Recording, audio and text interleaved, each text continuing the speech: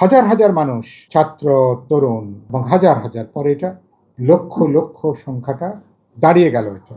এবং একটা পর্যায়ে এসে ছাত্র ছাত্রীদের সাথে তাদের বাবা মা, অভিভাবকরা দাঁড়িয়ে গেলেন, তাদের শিক্ষকরা দাঁড়িয়ে গেলেন, পাড়া প্রতিবেশী ভাই বোনরা সবাই দাঁড়িয়ে গেলেন। এবং নারীরা যখন আন্দোলনে যুক্ত হলেন, গণজাগরণে যুক্ত হলেন, তাৎক্ষণিকভাবে আন্দোলন নতুন মাত্রা, নতুন চেহারা, নতুন বৈশিষ্ট্য এটা লাভ করে।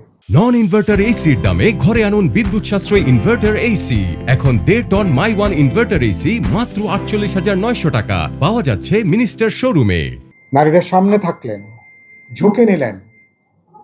এই নারীরা বিশ্ববিদ্যালয়ের, কলেজের, স্কুলের, এবং এই নারীরা, এবং তাদের পোশাক নিয়ে তখন কোনো প্রশ্ন উত্থাপিত হয়নি। এই নারীদের সাথে একটা পর্যায়ে যুক্ত হল গার্মেন্টসের শ্রমিক নারীরা, শ্রমজীবী, মেহনতি, সাধারণ মানুষরা, সমাজের নিম্নবিত্ত, সমাজের প্রান্তিক যে নারীরা, বস্তিবাসী অনেক পুরুষের পাশাপাশি তাদের স্ত্রীরা, বোনেরা, মেয়েরা পর্যন্ত এই আন্দোলনে, গণজাগরণে যুক্ত হয়েছেন। তার মানে নারীরা যুক্ত হওয়ার পরে এই আন্দোলন সত্যি সত্যি একটা গণচরিত্র এটা নেয়। গণচরিত্রের মধ্য দিয়ে একটা গণজাগরণে এটা পরিণত হয়। তারপর এটা একটা গণ অভ্যুত্থানে পরিণত হয়।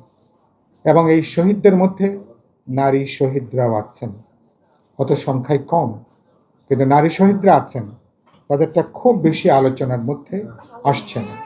হ্যাঁ, ফলে আমরা তাদের প্রতিও আমরা গভীর শ্রদ্ধা, আমরা সম্মান জানাই। যে নারীরা অংশ নিয়েছেন, এই নারীদের পোশাক নিয়ে তখন কোনো প্রশ্ন ওঠেনি। এই নারীরা হিজাব দিলেন না হিজাব দিলেন না, এই নারীরা কি পোশাক পরে তার আন্দোলনে যুক্ত হয়েছেন, কোনো প্রশ্ন তখন ওঠেনি। যখন গার্মেন্টসের নারীরা, শ্রমজীবী নারীরা রাস্তায় কাজ করেন, মাঠে কাজ করেন, দোকানে কাজ করেন, চায়ের দোকানে কাজ করেন, তারা যখন এর সঙ্গে যুক্ত হয়েছেন, তাদের পোশাক নিয়ে কেউ কোনো প্রশ্ন উত্থাপন করেনি। তখন ওটাই ছিল জরুরত, এবং এটাই হচ্ছে জায়গাটা।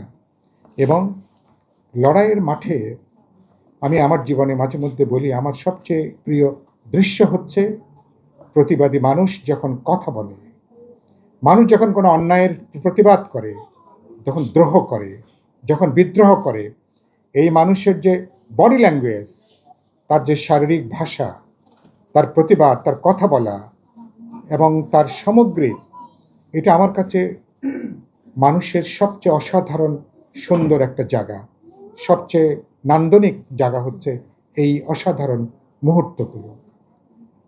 এবং অভ্যুত্থানের পরপরই এই নারীরা যারা যুক্ত ছিলেন, দু একজন বাদে, তারা সরকারে আসেননি।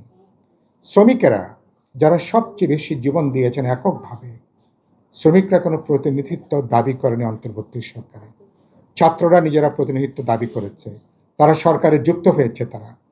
কিন্তু যারা সবচেয়ে জীবন দিল, সবচেয়ে ত্যাগ স্বীকার করলো, আত্মত্যাগ করলো, শ্রমিক, শ্রমজীবী, মেহনতি মানুষ, তারা সরকারের প্রতিনিধিত্ব চায়নি।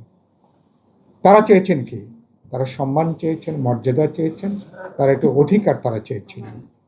এবং গত 2 বছরে অধিকাংশ ক্ষেত্রে তারা বঞ্চিত হয়েছেন, তারা নির্যাতিত হয়েছেন, এবং তারা কিন্তু সেখানে নিপীড়িত হয়েছেন।